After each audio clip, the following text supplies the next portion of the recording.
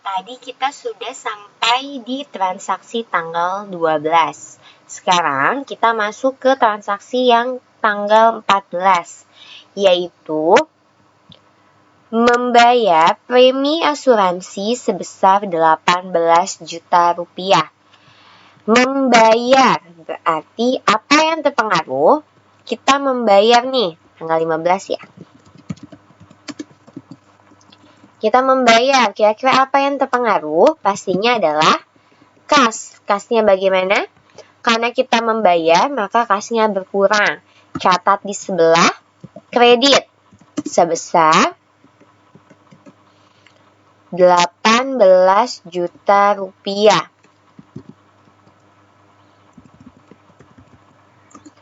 Untuk apa kas kita keluar? Atau untuk apa kas kita dikeluarkan? Untuk membayar premi asuransi.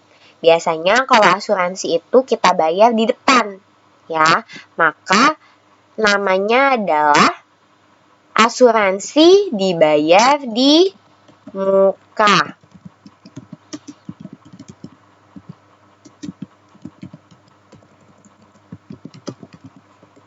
Asuransi dibayar di muka bertambah, ya. Kelompok apa tadi? Kelompok aset lancar. Kalau bertambah catat di debit sebesar 18 juta rupiah. Tanggal 15 ya. Oh, tanggal 14, maaf. Kita catat di jurnal. Tanggal 14.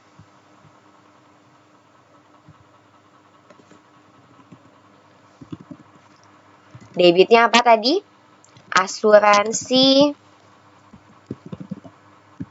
dibayar di muka sebesar 18 juta rupiah. Di kreditnya apa? Kas. Jangan lupa ya, kalian di strip dan menjorok ke dalam.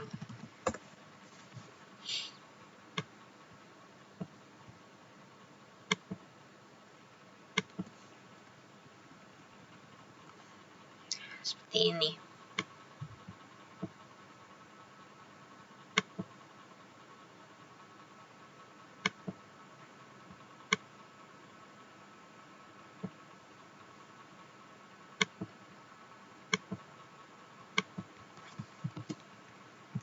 Lanjut, habis tanggal 14 yaitu tanggal 15. Membeli seperangkat komputer dengan harga 16 juta rupiah. Kita membelinya tunai ya. Ini di sini tidak dijelaskan kalau kita berhutang. Membeli tanggal 15 berarti apa yang terpengaruh kalau membeli? Pastinya adalah kas. Kas kita berkurang. Catat di kredit sebesar 16 juta rupiah.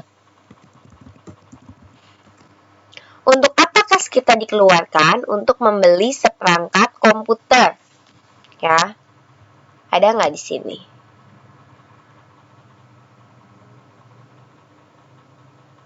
Nah, nggak ada.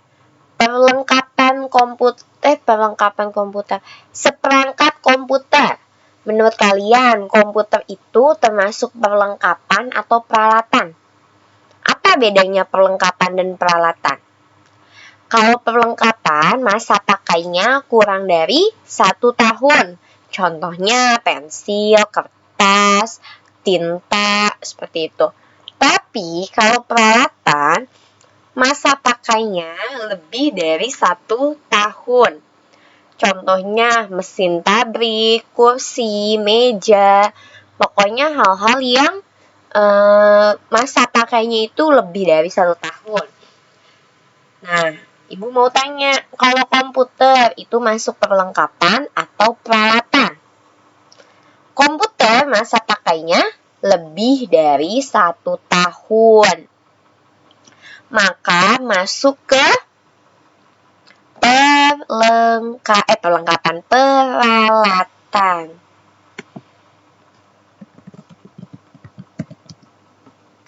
Peralatan bertambah, catat sebelah debit sebesar 16 juta rupiah. Kita catat di jurnal tanggal 15. Di sini adalah peralatan 16 juta rupiah. Kemudian kas. Jangan lupa ya, kalian menjorok ke sebelah kanan dan dikasih strip. 16 juta rupiah. Jangan lupa di garis bawah.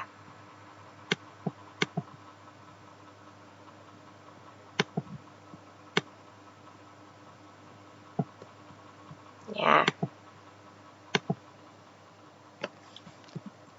Nah, kita lanjut ke transaksi tanggal 17. Membeli perlengkapan kantor. Kita beli perlengkapan kantor. Apa yang terpengaruh tanggal 17? Kita membeli, pakai uang kan? Maka yang terpengaruh adalah kas. Kasnya berkurang. Kas masuk kelompok aset lancar. Kalau berkurang, catat di kredit. Berapa? 1.600.000. Apalagi yang terpengaruh? Kita mengeluarkan uang untuk membeli perlengkapan. Maka perlengkapannya bagaimana? Perlengkapan kantornya bertambah. Tadinya kita nggak punya perlengkapan kantor, jadi punya perlengkapan kantor bertambah, catat di debit sebesar 1.600.000. Tanggal 17. Perlengkapan kantor. Berapa? 1.600.000. Jangan lupa dikasih strip. Oh, di bawahnya belum. Kas.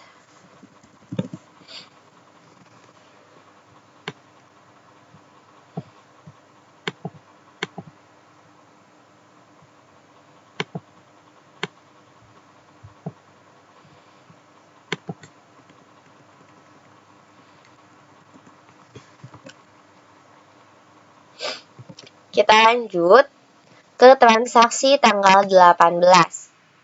Dikeluarkan uang tunai untuk membayar perjalanan Tuan Arif menjenguk orang tuanya ke kampung. Jadi perusahaan mengeluarkan uang tunai untuk perjalanan Tuan Arif, tapi untuk menjenguk orang tuanya si Tuan Arif ke kampung. Perusahaan mengeluarkan uang tanggal 18. Kira-kira apa yang terpengaruh? Karena mengeluarkan uang pastinya kas. Kasnya kalau dikeluarkan berarti berkurang. Catat di sebelah kredit. Berapa? 5.500.000. Untuk apa? Untuk kepentingan pribadinya Tuan Arif. Pengeluaran untuk kepentingan pribadi disebut sebagai prive. Maka prive Tuan Arif. Prive itu tadinya nggak ada prive, jadi ada prive, maka bertambah. Prive itu masuk kelompok apa sih? Prive itu masuk kelompok modal, tapi dia adalah kontra akun. Modal kalau bertambah catat di sebelah kredit. Tapi karena prive adalah kontra, akun kebalikan, maka bukan di kredit, tapi di sebelah debit. 5.500.000. Kita catat di sini tanggal 18. Prive Tuan Arif 5.500.000. Di sininya kas, jangan lupa di strip ya, dan menjorok ke kanan. Ini 5 juta. Kok ibu nggak menjorok ke kanan? Nggak bisa ibu jelasin lagi ya, karena ibu di Excel dan jadi nggak bisa dikasih strip sininya nih, di strip terus nih kas gitu kayak biasanya. Tapi kalau kalian wajib kayak gitu.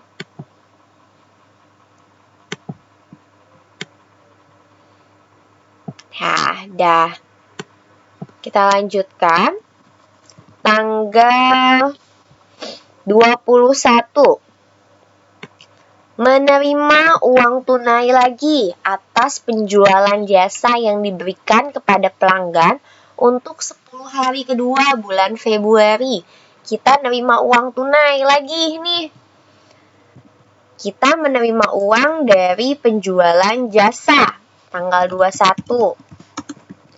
Maka kalau kita menerima uang, apa yang terpengaruh?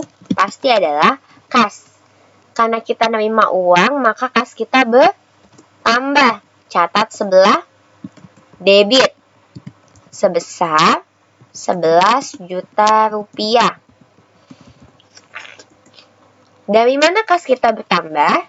Dari pendapatan jasa bertambah. Pendapatan bertambah, catat sebelah kredit sebesar 11 juta rupiah. Kalau udah, kita catat ke jurnal. Tanggal 21. Kas pada pendapatan jasa 11 juta rupiah.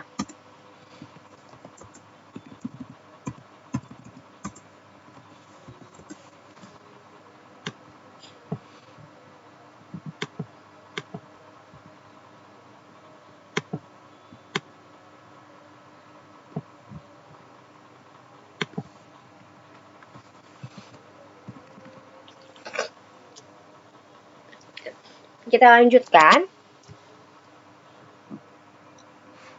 Tanggal 23.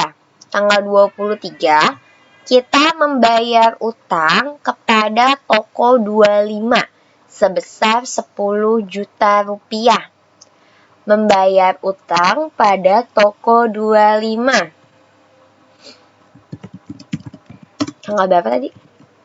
Tanggal 23. Membayar utang, berarti apa yang terpengaruh? Pasti adalah kas. Karena kita membayar, maka kas kita berkurang. Catat sebelah kredit sebesar 10 juta rupiah. Untuk apa kas kita berkurang? Untuk membayar utang. Lihat nama utang. Utang apa? Utang usaha. Utang usaha. Karena utangnya sudah dibayar, maka utangnya berkurang. Utang berkurang, catat di debit. Kita catat di jurnal. Tanggal 23. Utang usaha 10 juta rupiah.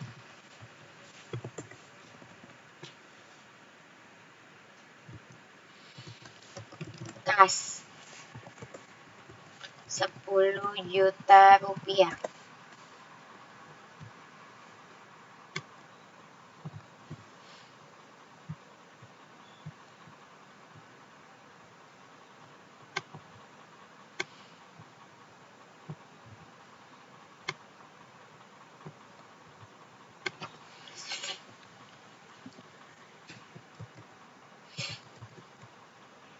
Kita lanjut ya. Tanggal 25. Membeli perlengkapan kantor tapi secara kredit. Ya, kita membeli perlengkapan kantor tapi secara kredit. Tanggal 25.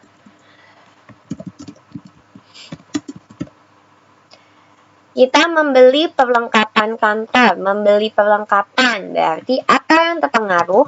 Perlengkapan kantor. Perlengkapannya gimana kalau dibeli? Bertambah. Catat sebelah debit. Perlengkapan kantor masuk ke kelompok aset lancar. Sebesar berapa? Sebesar 9 juta rupiah. Perlengkapan kantor bertambah. Kita belinya bagaimana? Apakah tunai? Kas yang terpengaruh? Bukan, kita belinya secara utang. Berarti yang terpengaruh adalah utang usaha. Tadinya nggak punya utang, jadi punya utang, maka utangnya bertambah. Utang bertambah, catat di sebelah kredit. 9 juta rupiah.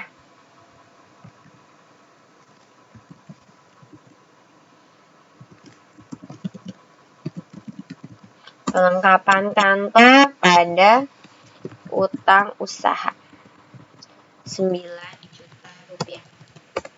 Kok 90 juta?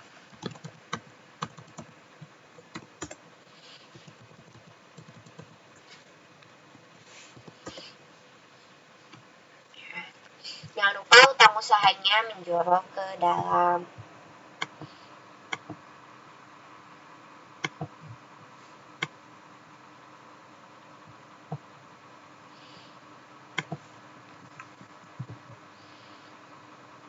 Lanjut. Tanggal 26. Membayar gaji karyawan. Kita bayar gaji karyawan. Tanggal berapa tadi? Tanggal 26. Membayar, pastinya yang terpengaruh adalah kas.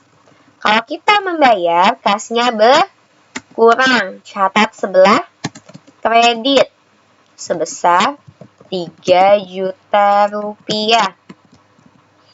Untuk apa kita mengeluarkan kas? Untuk membayar gaji. Maka muncul namanya beban gaji. Tadinya nggak harus bayar gaji, jadi harus bayar gaji. Maka beban gaji bertambah. Beban gaji masuk ke kelompok beban, yang kalau bertambah dicatat sebelah debit.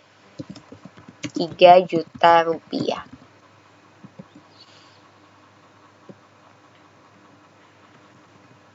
Ada kan akun beban gaji? Ya ada ya akun beban gaji. Kalau udah, kita catat di jurnal tanggal 26. Beban gaji pada kas sebesar 3 juta rupiah.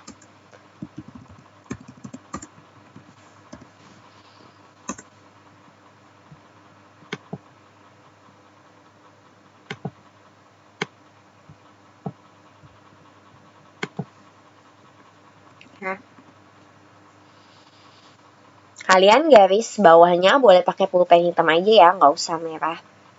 Kalau udah, kita lanjut ke transaksi tanggal 28. 2 transaksi lagi. Menerima uang tunai atas penjualan jasa yang diberikan kepada pelanggan selama 10 hari bulan ketiga sebesar 13.500. Sama ya kayak tadi ya. Kita nerima uang atas pendapatan jasa tanggal 28. Maka kalau kita nerima uang, maka yang pengaruh adalah kas. Kasnya bertambah. Catat sebelah debit. Berapa? 13.500.000. Dari mana kas kita bertambah? Dari pendapatan jasa. Pendapatan jasa bertambah. Catat sebelah kredit. 13.500.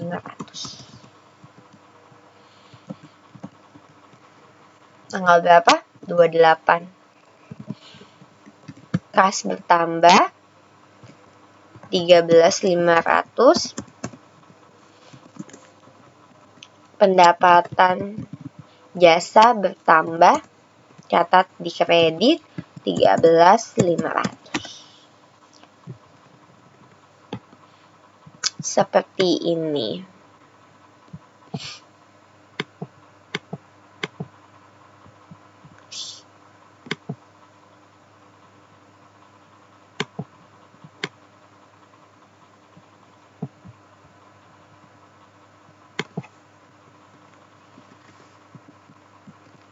Satu transaksi terakhir.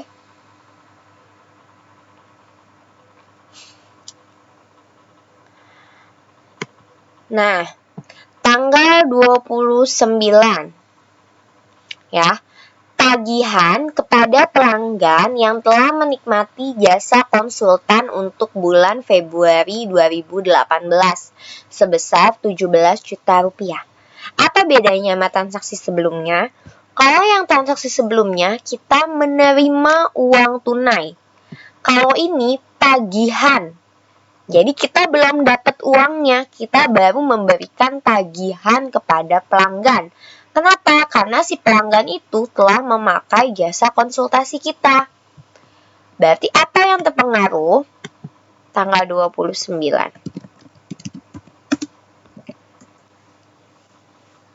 Karena kita sudah mengirimkan tagihan atas pendapatan kita, maka sama kayak gini jurnalnya, ya. Sama kayak gini. Kita yang atas kita kosongin dulu. Pendapatan jasa, ya kan? Kita dapat pendapatan kan?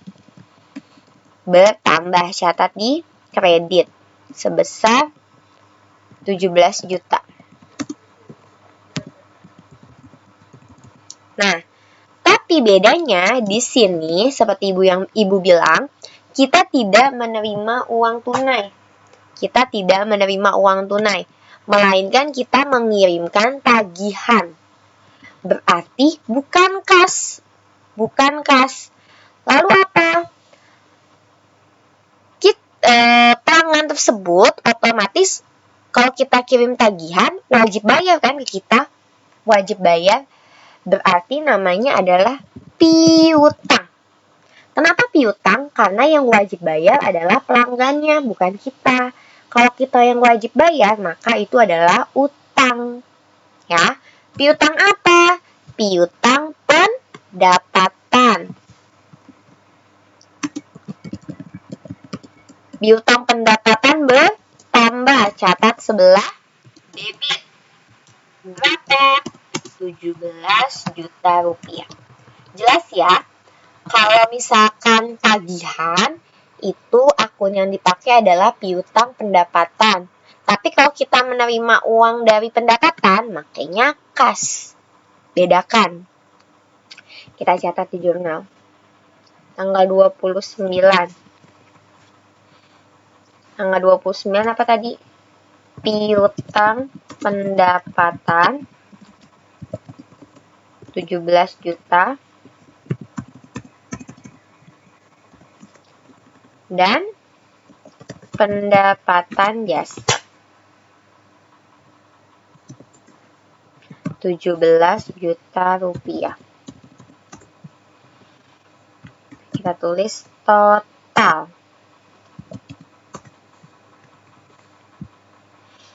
Setiap mengerjakan ini kita harus menotalnya ya.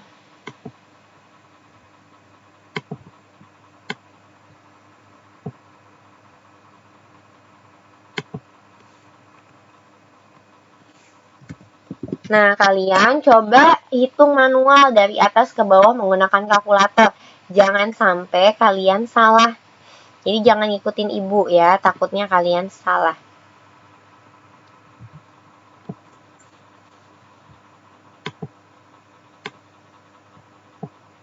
Ya, ini harusnya di tengah ya.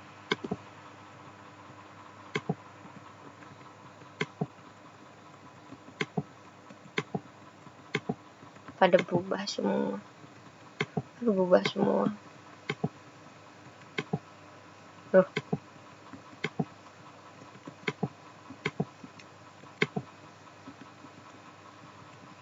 Dah. Lupa di garis 2 bawah. Mana garis 2 bawah ya? Ini dia.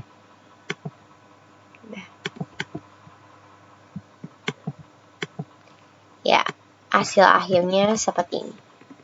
Hasil akhirnya yaitu 851.600.000. Ya, itu adalah tadi pencatatan, analisis, dan pencatatan jurnal untuk transaksi milik Orchid Interior. Setelah ini, Di pertemuan selanjutnya kita akan membahas mengenai buku besar dan bagaimana caranya posting dari jurnal umum milik Orchid Interior ke buku besar atau ke ledgernya Orchid Interior. Sekian dari Ibu untuk pertemuan kedua ini. Assalamualaikum warahmatullahi wabarakatuh.